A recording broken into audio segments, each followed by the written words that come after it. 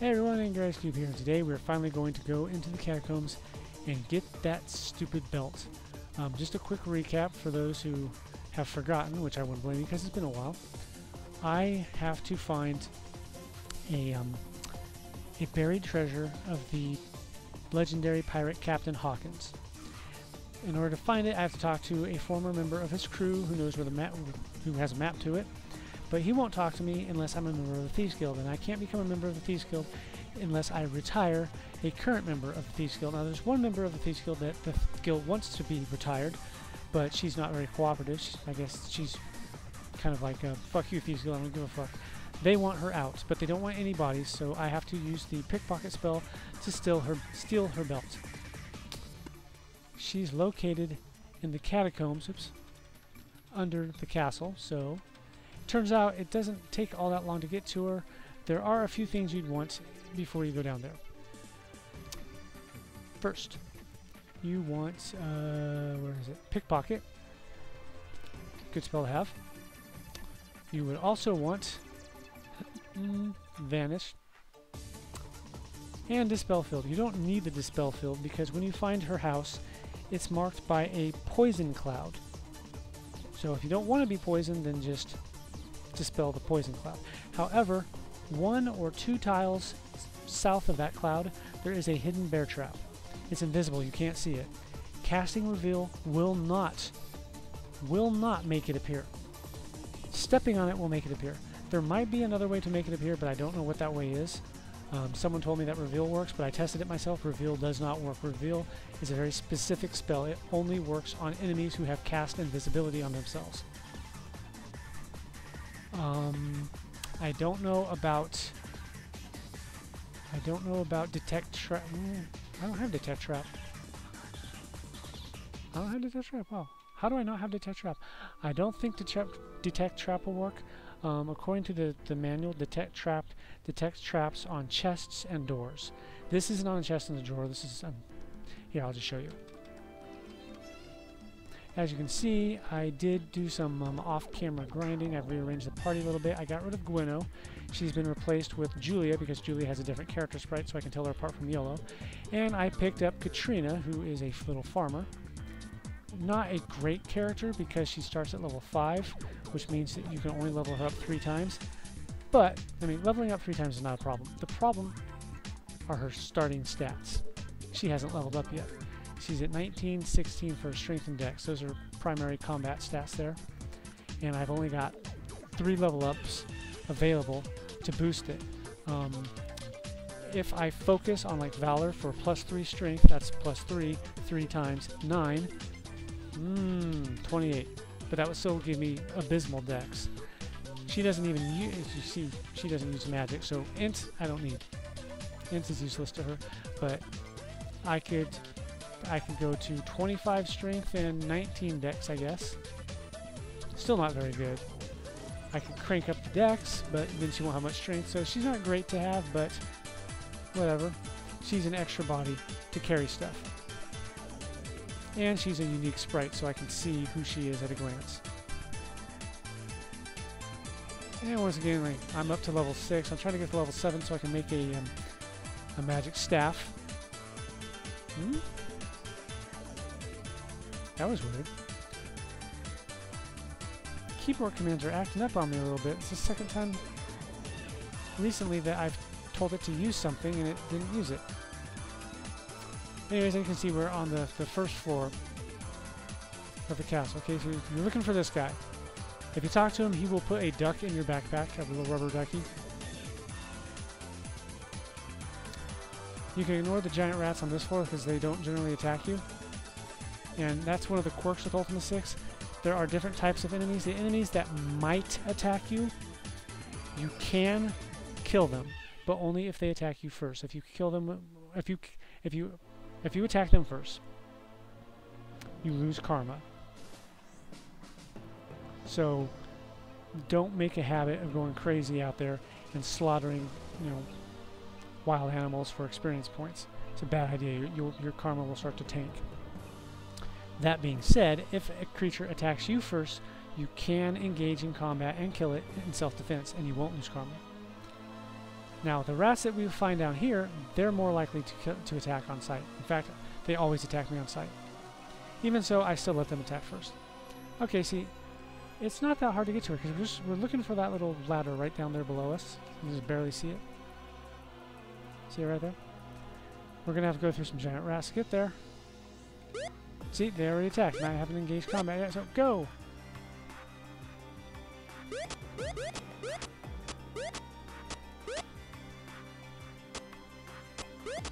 Go team, go, go! And the other thing you need to know about combat is that the experience for the kill goes to the person who got the kill. It doesn't care if you did 99% of their damage and Shamino walks up and lops it in half, you don't get any experience, Shamino gets it all. That's not that big of a deal as long as it's going to one of your party members, but that also means that if you're fighting an enemy and an enemy behind that enemy accidentally kills the enemy that you're fighting, no experience is gained. Oops. Okay, so boom, here we are. Now to find Phoenix, we just go over this way.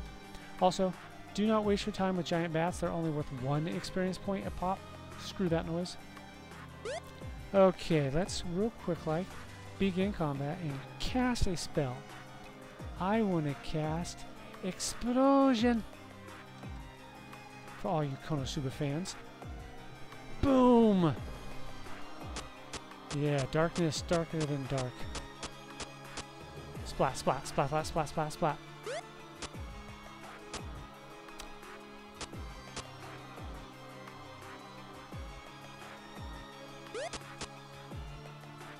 Uh-oh, little bastards, they strike back. Now the thing about Britannia is giant rats are pretty burly. I was fighting one the other night. I hit it with my sword, I hit it with my Morning Star, and I shot it with an arrow and it was still alive. Critically injured, of course, but that's a pretty burly fucking rat.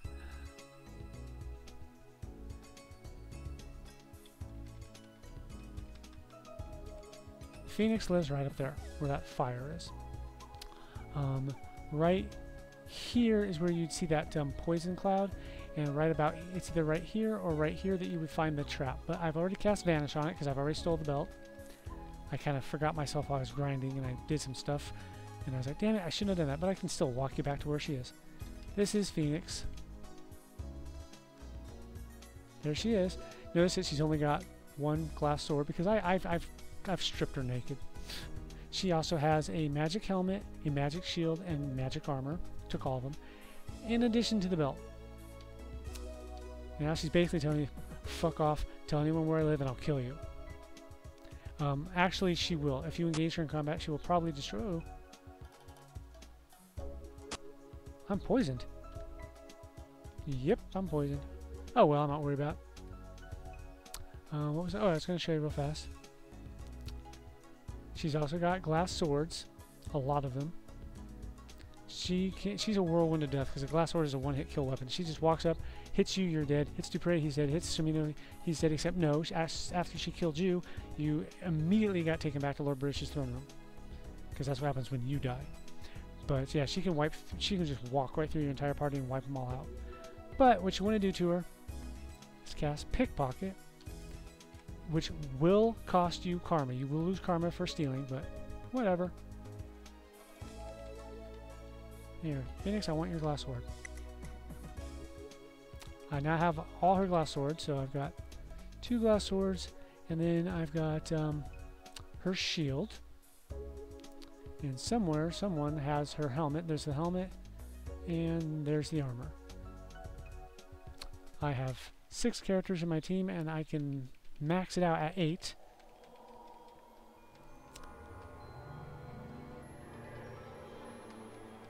What was I going to say? Oh, yeah, that's right. I was going to mention the unique sprites.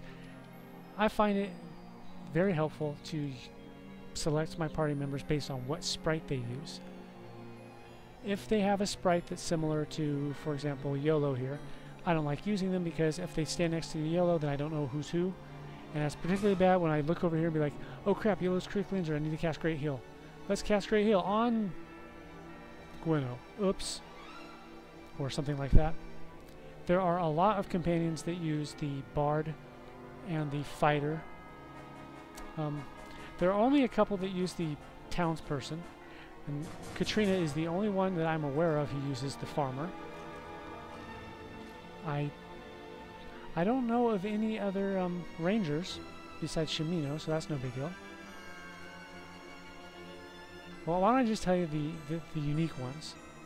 There's the Jester, which is from Blaine, the Gypsy. He's over by Zoltan, King of the Gypsies. He has a Jester character sprite, so he's unique. And Katrina is unique. She's got the farmer sprite. And there's one more unique one. No, there's two more unique ones. There's Sherry, who is a very difficult character to use because she starts with just like 1, 1, 1 for her stats. But she also starts at level 1, so if you give her a sling or a boomerang in the beginning, you can, through judicious use of the solo mode, level her up slowly. It's a slow process with her because healers will not resurrect Sherry, and you do need Sherry to get the Rune of Valor. So that means if she gets killed before you get the rune, excuse me, you have to reach level 8 to cast Resurrect on her. Actually, you need to reach level 7 to cast Resurrect on her yourself, because there's a little trick.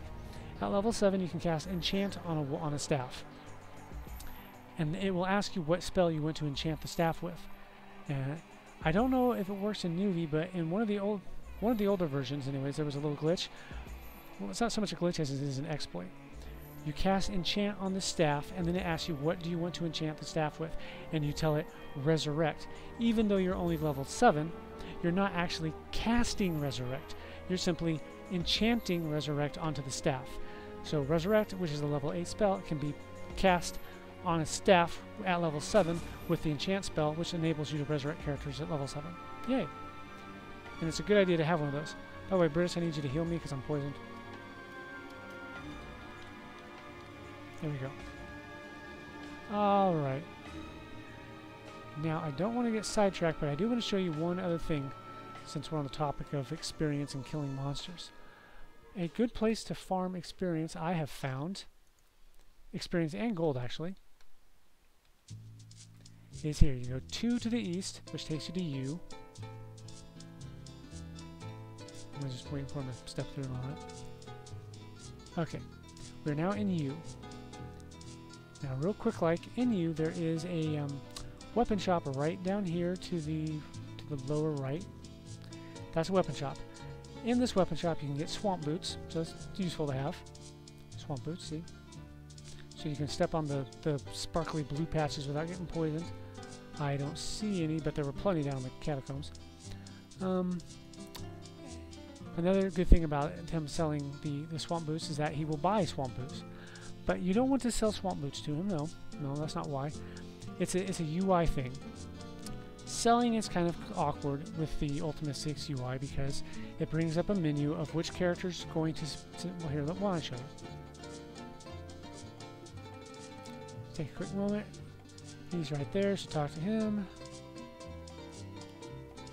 Okay, I say sell. See, it brings up a list of everyone in the party who is going to sell. However, if anyone in the party does not have any items that he will buy from you, they will not be on that list. But he buys swamp boots. Everyone has swamp boots on, so everyone shows up on the list. So here, let's go to Katrina. But it doesn't even ask me what I want to sell. It's just the only thing she's got that he will buy are swamp boots, so it automatically goes to this. I give 5 gold for that swamp boots, okay, Katrina? If I say yes, like so, good, gives you and now you're out of the sell menu, which is kind of awkward. So if you only have one item type that a shopkeep will buy, you can only sell them one at a time, which is awkward because it will also automatically exit you out of the sell menu. So now, if she had, for example, 2 swamp boots on her, if I wanted to sell the second pair, I'd have to go back into the sell menu and do that all over again. Takes longer. Hey look, conveniently enough, I've got a pair of swamp boots that I can give her right now. Oh, that's Julia, damn it. Idiot. Julia, oops, move. Where's the M key? Still getting used to this I.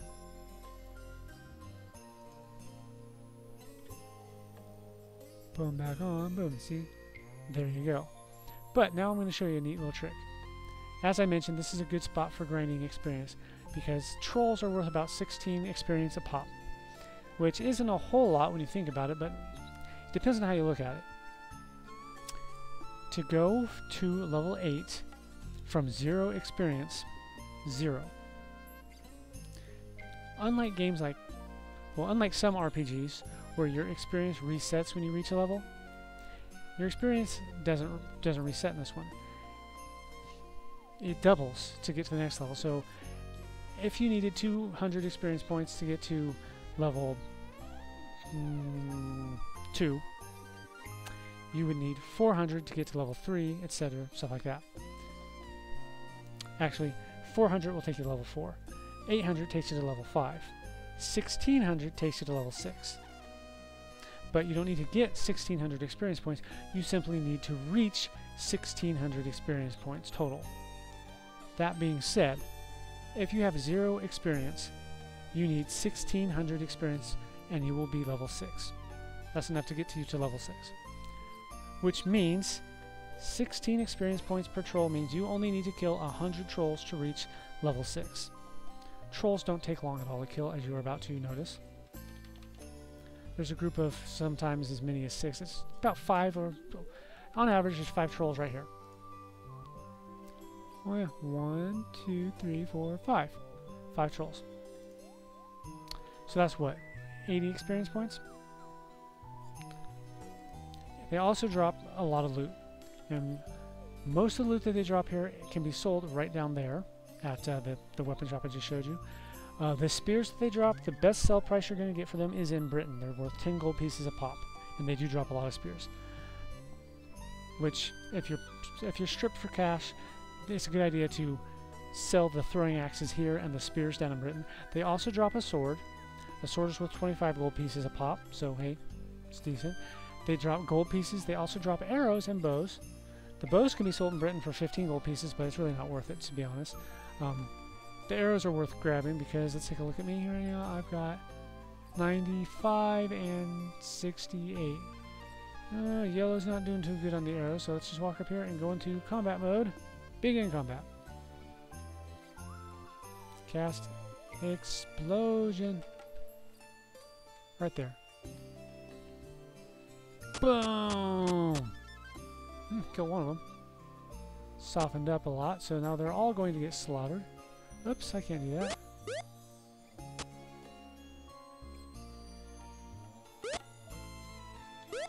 Oops.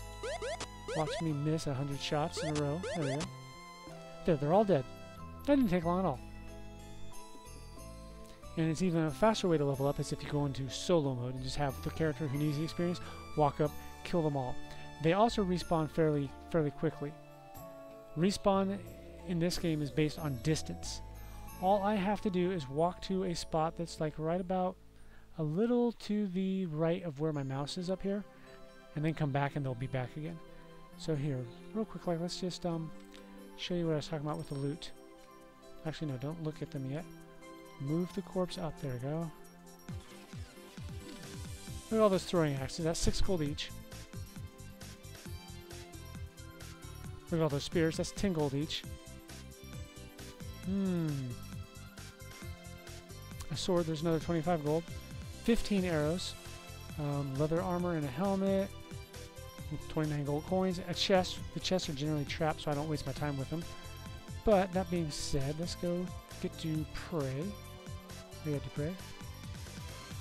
Oh yeah, he's got plenty of storage space. So let's pick up all the throwing axes and spears.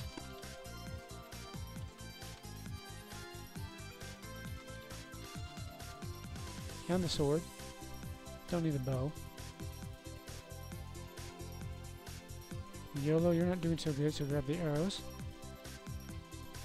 Move the club. I don't give a shit about clubs or the leather armor or the helmet. Can I pick up that chest? I can, good. Pick up the gold. There we go. Oops. There we go. Okay, let me show you how quickly they respawn. Watch closely. Just walk over here. Right to this spot right here. And they're back. Using this spot, it does not take long at all to grind experience levels. I mean, pal, look at this.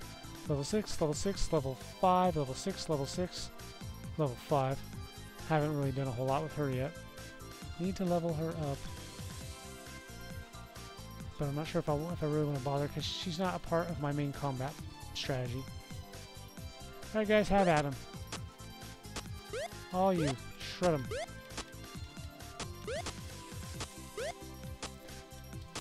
Give a person ranged weapons, set them on assault, and they will go crazy.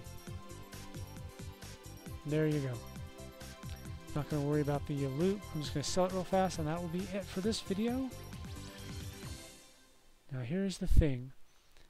Again, if you want to get the most bang for your buck, you would go back to Britain and sell the spears and the swords in Britain. Sell the throwing axes here. But I'm just going to sell them all here. So,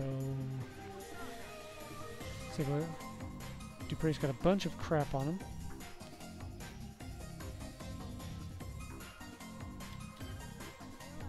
Sell Dupre. I'm going to sell Dupre. Alright, so now I have a choice. Spear, throwing axe, or swamp boots. And here's the thing, as long as there are 2 possible choices or more, as long as you have at least 2 different items that he will buy, you can do this. 2 different type of items that he will buy. You can do this. Spear, yes. Spear, yes. Spear, yes. See how it doesn't exit me from the sell menu, so I can just keep doing this. Once you get a good rhythm going,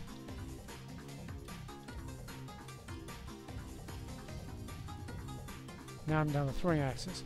Now here's where you have to be careful.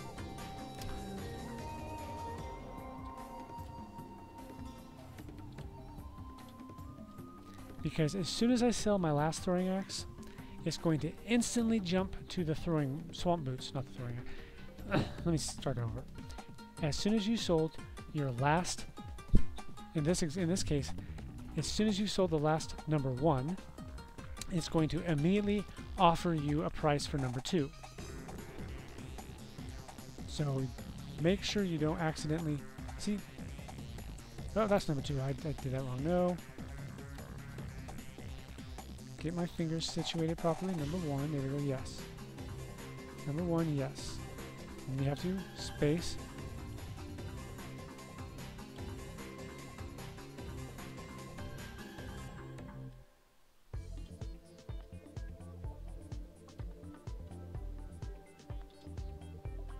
See, it didn't even ask me this one. It just jumps right in and says 5 gold for the swamp boots. Is that okay? No.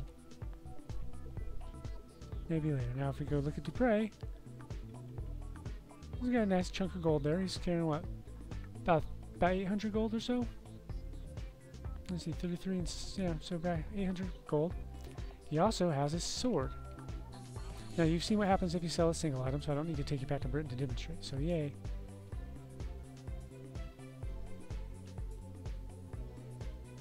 Probably going to want to farm arrows here for a bit because I don't like having that few arrows.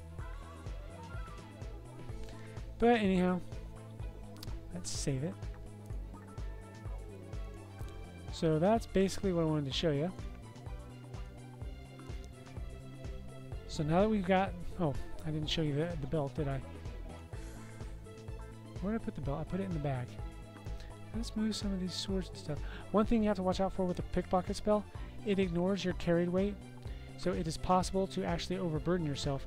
You can still move and whatnot when you're overburdened. You just can't pick anything up because total it's too heavy. Pickpocket ignores your carry weight. So if I were at 50, I have 50 stones, and then I pickpocketed the magic armor off of her, it would have done it. I just would have been carrying like, what, 54 stones out of 50. And I wouldn't be able to pick anything up, which would have been a pain in the ass. So let's move this sword to Dupre. I am keeping a second sword on me because sometimes I put the spellbook away and I just whip out dual swords and go crazy. Glass sword, let's give that to yellow. And give another glass sword to Chantre. There we go. There's the belt. That's the belt right there. There's the little belt. If I remember correctly, the belt actually goes on your neck. But it doesn't do anything other than get you into the Thieves Guild. Weighs half a stone. I'm keeping it on me just in case I need to keep it on me. So that's the belt. That was what that long delay in videos was all about. Because I forgot that the trip to get to Phoenix is actually very, very short. That's what threw me off the first time I did it. I went so deep. There's 2 ways to get into that area, and one of them is not so smart. And I took the not so smart version. It's a very long, lengthy process. If you don't have a skiff, I don't think you can actually get out. And eventually finding a way back out is, well, like I said, a long and lengthy process. And then you got to start all the way over to get to her to get to where you need to go to get to her in the first place. So yeah, fun times. But she is deceptively close to the castle, which I guess makes sense when you think about it. She's a thief, and that's her hideout, and she wants to prey on the richest place in Britannia. So yeah, I guess you'd want to be fairly close to the castle. There is another good grind spot down in the sewers. It's got headlesses, trolls, and cyclopses. Headlesses don't drop quite as much loot as the trolls do. The same items, but not quite the same quantity. But it's pretty good in a pinch. They're worth a couple experience points more, I think. I think they're worth 18 experience instead of 16. Cyclopses, on the other hand, worth 26 experience points. And their treasure sucks. They're really big and burly, and yeah, there's only 2 of them. Unfortunately, I haven't been able to find that sweet spot where you walk to this point and then walk back and they've respawned already. I can't find that spot. So it's not as good of a spot as this one in my opinion, because this one I can just walk up, kill him, walk over there, come back, kill him, walk over there, come back, kill him, walk over there, come back, kill him, loot stuff, go down here and sell it. And that's another thing, it's convenient to sell because I just have to walk down here and sell it. Whereas in the catacombs I have to go all the way back up to Britain. But that's not too bad because I can just do this. But it still takes longer for return trips because you have to pour it out and go back in. So yeah. But yeah, now we have to find the various map pieces because we've spoken to Homer, who told us his little story about how they divided the map, blah blah blah. And I mentioned how lame it is that you can skip most of it, but we're not going to do that because that would be lame. Not skipping it means that you need to have at least one of these to finish the game. You need to have a shovel. That's important. What else do we need? We're going to need... let's see, we need a magic shield. We need a... we're going to have to deal with the dragons in Destard, which is really fun. You're in for a real treat there, because fighting dragons is a total pain in the ass. There's a lot of stuff that you have to do because of the map quest. Without it, if you just went straight to the location of the treasure and got the silver tablet, you could bypass all this crap, and you could keep that shield because, well, honestly, there's only a handful of magic shields in the game. Now there's a way to get one made for you, but you can only get one made for you. He will not make a second one. So if you fuck around with your magic shields and you lose them, you can have one made to replace it, but if you lose that one too, you're screwed. The only thing you have left is stealing a couple. Phoenix has one that you can pickpocket, and there's one in New Magentia that you can steal that's lying under a bush. And I think that might actually be it. I think there's only like 3 in the game. Maybe 4. So keep that in mind. Anyways, thanks for watching. I'll catch you guys later. Next time we're going to be doing some hardcore. Like I said, we got the map quest on Ultima 6, and I haven't decided what I'm going to do next on EQ. I'll be honest. I'm trying to think about it, but the last few days I haven't been able to really do much because I had to get my insurance all straightened out and all that. But at least I got health insurance now. Yay! And I can maybe get my eye checked if I can find an ophthalmologist. That would be cool, getting my eye fixed. That would be awesome, actually. But, yeah. Until then, I don't know what I'm going to be doing here, so we'll find out. It's going to be a surprise to you just as much as it is to me. Laters, everyone.